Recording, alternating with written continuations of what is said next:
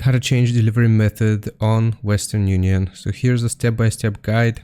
First, we will need to select update delivery method here.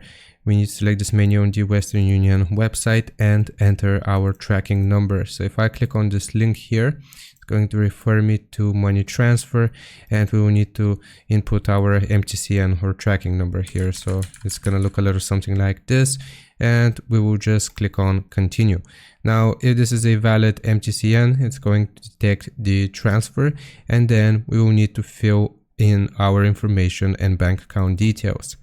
Afterwards, it's going to generate a link, and we need to share this link with the sender to complete the transfer. The sender must confirm the change in the delivery method. So here you will get a link. You want to send this link to the receiver of the money or the transfer, and if they confirm, you can change the delivery method. Hope this helps. Leave a like and sub. I'll see you next time.